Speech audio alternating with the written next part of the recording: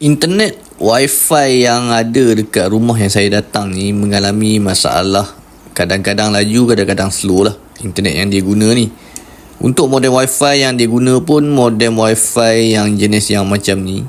Pandangkan kawasan ada rangkaian 5G, tuan rumah upgrade kepada modem 5G lah. Tapi 5G yang ada dekat sini tak berapa stabil. Kejap LTE, sekejap 5G. So untuk selesaikan masalah ni, kita akan buat pemasangan untuk antena parabolik ni. So antena parabolik ni kita akan buat pemasangan dulu dan kemudian kita akan sambung kepada modem Wi-Fi.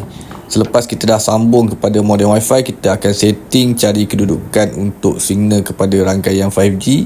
Dan selepas kita dah setting memang dapat kepada rangkaian 5G yang stabil lah. So hasil ujian speed test memang laju dan selepas ini untuk tuan rumah dah tak ada lagi masalah untuk rangkaian internet yang slow ataupun sangkut-sangkut.